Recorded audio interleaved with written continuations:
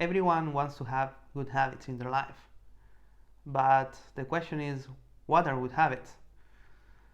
In this video, I will share with you a habit that literally changed my life, and I think will change you too if you implement them. I implement them during my 20s, so they're based on my own experience. So let's start with them. Number one is going to the gym, and in my case 6 times a week. So I try many morning routines, like starting the day with meditation, or just waking up, having a shower and having a coffee, and then start working. But somehow they didn't work. I mean, meditation right after waking up, I fell asleep after 10 minutes, and if I start working right after waking up, my body wasn't 100%. What it was a game changer was start going to the gym, and almost every day actually, because I noticed that even if I wake up a little bit tired or sleepy after going to the gym and lifting weight, I left the gym with a lot of energy and a pump. So if you want to have more energy when you start your day and also look better, which is a nice bonus, then going to the gym and almost daily, I think that can literally change your life and start the day in the best way possible. Of course, if you don't like going to the gym, you can do a different type of exercise. You can do yoga or have a set of kettlebells and do kettlebells videos in YouTube. I mean, the point is do movement at the beginning of the day. Point number two is having a daily schedule for when to go to bed and when to wake up. And this is very related to the first point. Personally, I tried waking up at 4 a.m., 5 a.m., and 6 a.m. And the last one was the one that worked best for me. And let me be clear here, it's about experimentation. You have to see what works best for you, and it will take a little bit of time to figure this out. But for me, the best that worked is going to bed at around 10 and waking up at 6. So there are 8 hours of sleep, and that's what makes me feel the most alert. So the point here is to be consistent, and I think that's where most people fail, because they may wake up early or at a certain point during the week, but then on the weekend, and this mistake that I used to wake up at the same time during the week, but on the weekend then you sleep all the hours that you didn't sleep during the week. So here the point is to be consistent, and of course you don't have to be perfect, but again, for me, since I go to the gym first thing in the morning 6 times a week, then I have to wake up at the same time 6 times a week.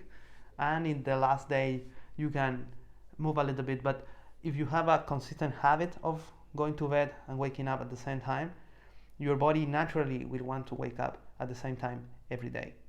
So that's the key here, to be consistent. Point number 3, and this is I think the most polemic or controversial, is eating once a day. And I started doing intermittent fasting more than 5 years ago. At this point I forgot when I started, but I noticed a big surge of energy during the morning. I never felt energized after having breakfast, but once I started doing intermittent fasting, and I didn't do it because of weight loss reasons. I mean, there are many reasons why people do intermittent fasting, but for me, I want to have more energy during the morning. And once I start doing intermittent fasting, I noticed that my energy levels were way higher than the rest of the day, because the problem was that I had lunch, but then I felt sleepy for a couple of hours. So the logic implication is to just eat once a day. In my case, I have a big dinner every day, and that's it. During the day I can work and be completely focused. So of course I'm not telling you that you should start right away doing one meal a day. I mean, I did intermittent fasting like 5 years, and I've been doing this one meal a day like around 2 years or so. I also don't remember when I start, but of course this takes time.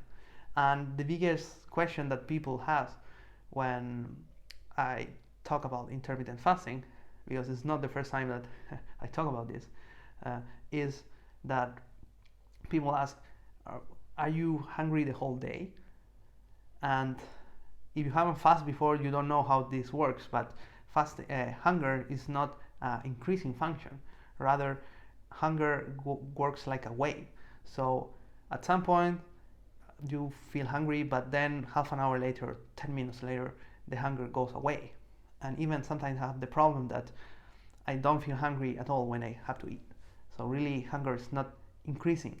You learn that because you don't know that before. If you are used to eat whenever you feel hungry, then of course you don't learn this.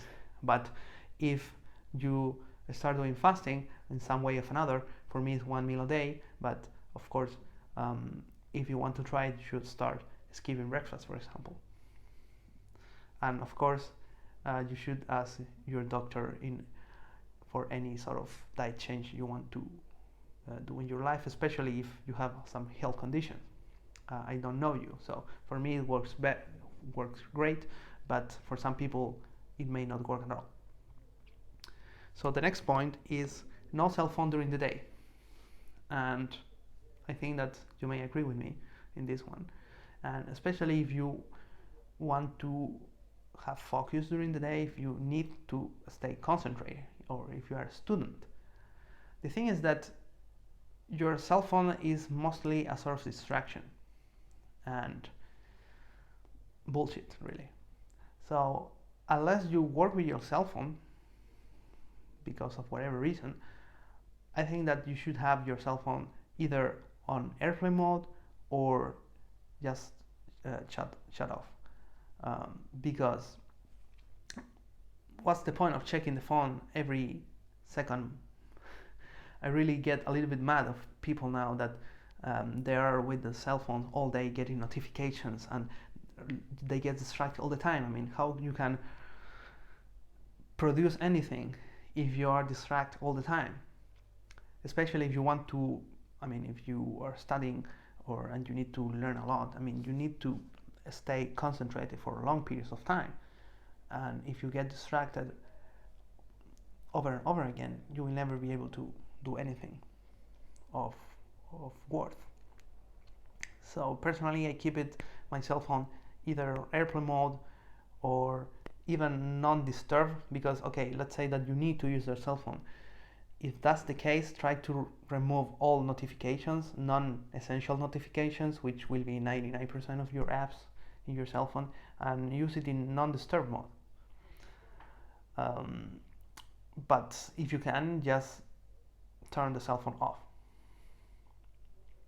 because thing is that really most of your notifications are just distractions. And you may ask, but I mean, people may get angry at me if they don't answer their phone, if I don't answer their text. After 2 hours, they may get preoccupied or concerned. And if that's the case, I mean, probably most people won't notice. Some people may, I don't know. But if that's the case, then just tell them that you will be working and undistracted for a couple of hours, and then you will answer when you have time. I mean, simple as that. You shouldn't give explanations more than that. And also don't cheat here, because I think I did this in the past, that okay, I kept it turned off, but every hour or every 2 hours I turn on and check notifications. But again, this is like the same problem, because you should keep it most of the day. Actually, if you are working or studying, you should keep the cell phone in this airplane mode or turn off most of the day, because if you every hour you check it, your mind takes like 10-15 minutes to get back in track again. So if you distract yourself every hour, basically you are only working at full capacity 30 or 40 minutes. So it's not the most efficient use of your time. So the next point is 10,000 steps a day. And of course, it doesn't have to be exactly 10,000. The point is to move, especially if you sit all day like me. I mean, my work is sitting all day. So if that's the case, and that's the case of 90% of the people, I don't know, you need to move. And it's not enough to going to the gym. I mean, going to the gym is good, it's necessary, but also you need to move during the day. And the 10,000 steps, of course, doesn't have to be, but I think that around 7,000 should be like the very minimum. Personally, I have the privilege of living at a walking distance from my work and to the gym, so just going back and forth gives me the 10,000 steps. And maybe you have to be a little bit more creative, but for example, when this wasn't the case, I used to leave the public transport like a couple of stops before the closest one to my house, and then walk the rest, so I could get, or walking through the subway, I mean, which was like 25 minutes. Or you have to be a little bit creative if you don't live at a walking distance from your work or your university. Of course, if you don't like to walk, you can also use the bike or something like that. I mean, the thing is to move. And you can complement that with, I don't know, a podcast, a YouTube video, or a human being. The next point, and I think this was the most important one, is meditation. And 99% of the people are addicted to thinking. They cannot stop their minds, and they get overwhelmed by that. Maybe you're one of them. And if you're unsure, you can do the following experiment. Close your eyes and try following your breath for, I don't know, 5 minutes or even 2 minutes, I don't know. And if you get distracted repeatedly and you cannot focus on your breath, then you are addicted to thinking. Simple as that. And I say addiction because it really is compulsive. You cannot, I mean, we cannot control our minds, really, but there are a lot of people that they get so overwhelmed with their thought because there are so many and they don't know what to do with them. So meditation has two important functions. First is that you realize that you have this compulsive behavior, and the second one is also the solution, because by meditation you learn to focus your attention on whatever you want. A lot of people, when they meditate, they put their attention on their breath, so they focus on their breath, and they just, as soon as a thought comes to you, you come back to your breath. And the point here is not necessarily that the thoughts are the problem, because you don't control when they come to you. The problem is that you get attached to them and you start entertaining them, and you start daydreaming or fighting with your thoughts. Or that's the problem, not that thoughts come to you, because they will come no matter what. Even if you are an experienced meditator, thoughts will still come to you.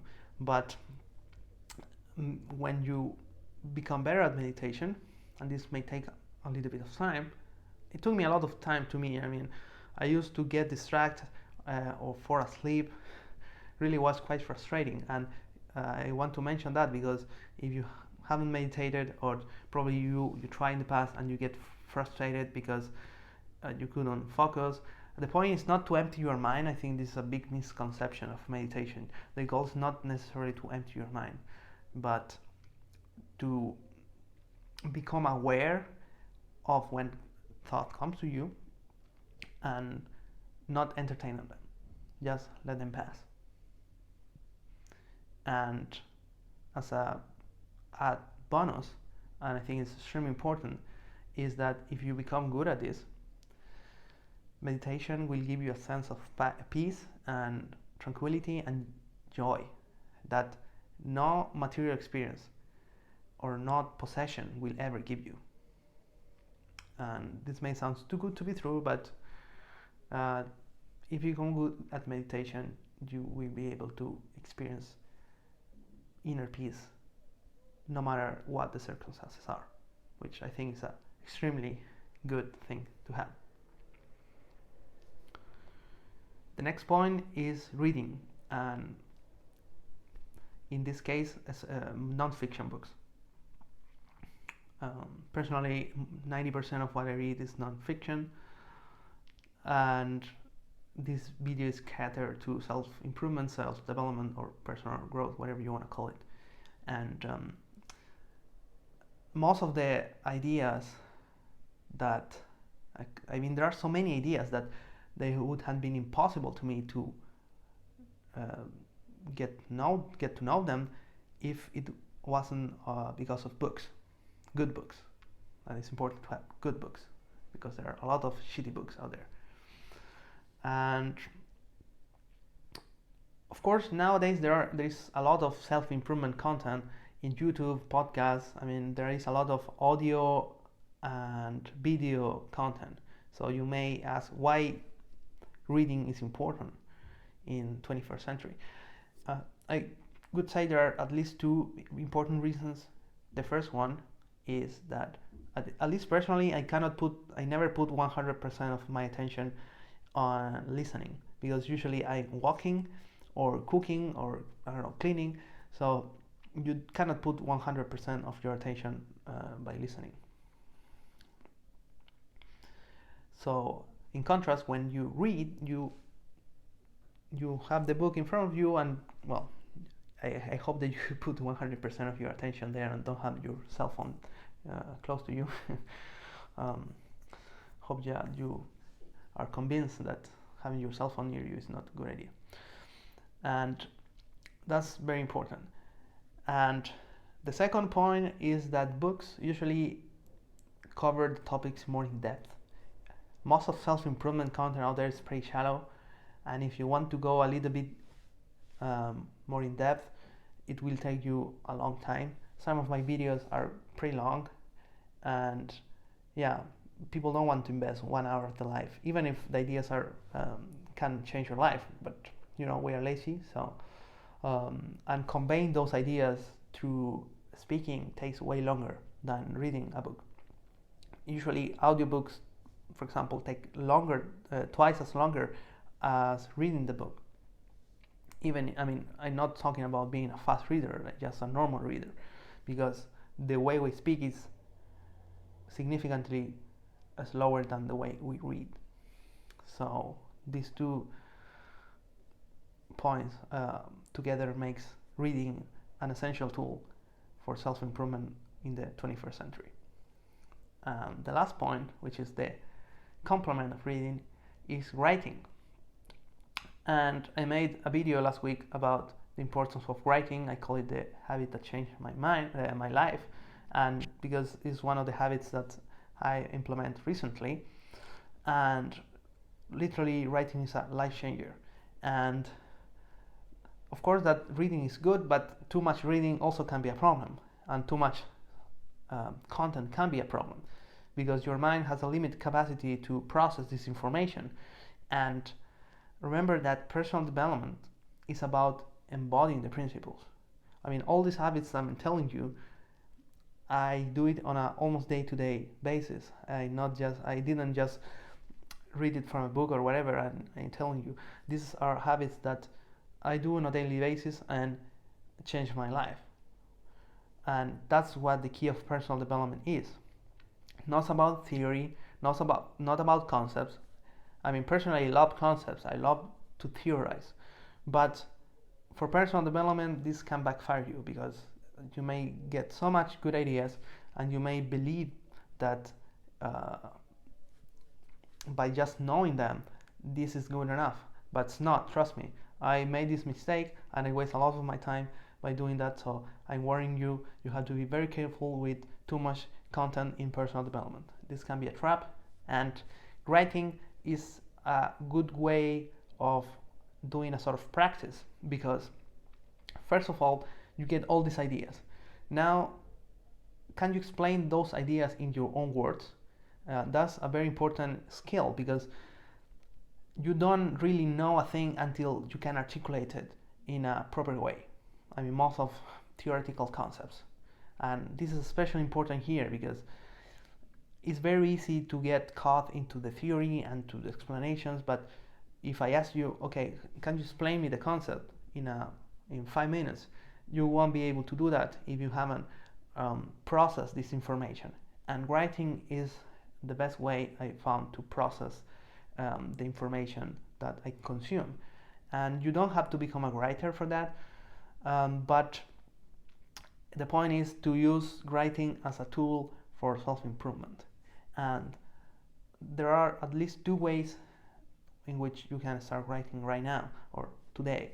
And the first one is journaling. I mean, all this in depth is in this video that I mentioned about writing, but let me give you a little summary.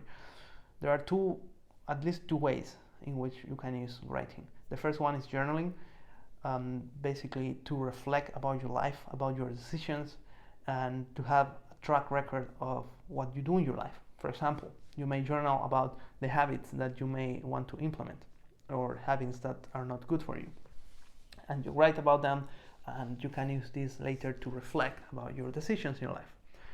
And the second way is that I mentioned in the video is to use writing as a tool for contemplation. And this may sound like airy-fairy, but the idea is very simple. You pick a question and you start thinking about this and coming up with answers, but based on your direct experience. For example, let's say that you ask the following question, like, for example, what habits could I implement in my life? Or what habits are detrimental to my life? Or what are my plans for the next 10 years? Or what is my life purpose? I mean, there are so many questions you can start asking right now. It doesn't have to be philosophical, airy-fairy questions. They can be questions that are indirect, they directly concern you about how are you living your life. Or you may ask questions about your relationships, like, are my relationships helping me or not? Okay, so the point of writing is to use this as a tool for reflecting and getting insights about your life, because you may read all the self-improvement content in the world, but the thing is that they don't know you. You know yourself better than anyone else, and by writing, in a sense, you are doing self-improvement to yourself, which is a great tool. I mean, all the things that I've spoken and written are based on this sort of asking questions and coming up with ideas and answers. And of course, some of them can be backed by books and theories and quotes, whatever, but most of this is how those concepts have applied to my life. And you have to do the same. I mean, those habits are useful to me, but may not be useful to you. So that's important. So that's it. Those are the 8 concepts, and just this is not a video about how to implement the habits. This will be for a future one, but just let me give you a couple of pointers. And first, don't try to implement all of them at once. That's the biggest mistake you can do. Try to go one at a time. If you want to implement more than one here in the list, just start with one and take it easy. Don't be very harsh on yourself. I mean, implementing a habit may take at least 1 month, so take a couple of months or at least 1 month to any habits you want to implement, because your system will resist the habit. I mean, this is almost guaranteed, because you are who you are. I mean, you have your system in homeostasis, more or less in automatic pilot. So if you want to implement a new habit, you have to resist this homeostasis. You have to literally make a big change in your system, and your system won't want that, even if it's for the best of your interest. They will like to preserve whatever it is. So you have to become aware that there will be some resistance at the beginning, so try to make this as easy as possible to implement it either first thing in the morning, when you have more willpower and energy. And as I mentioned, don't be so harsh on yourself. I mean, those habits I failed multiple times in the past. For example, even meditation, I did meditation for a lot of years, and then I stopped and I didn't do meditation for like at least 1 year, and then at some point I came back. So really, this is a personal development, is a lifelong journey. So the point is to try to get a little bit better every day, every week. To don't try to sprint, but to be consistent. That's the key. Do something that you can do it consistent over time, and that's it. So what I want to finish with a couple of questions you can answer in the comments below, like what habits would you like to implement of the list here, or what habits have you implemented that you would consider adding to the list. Maybe I can get inspired and try to put it in my life. So that's it for today.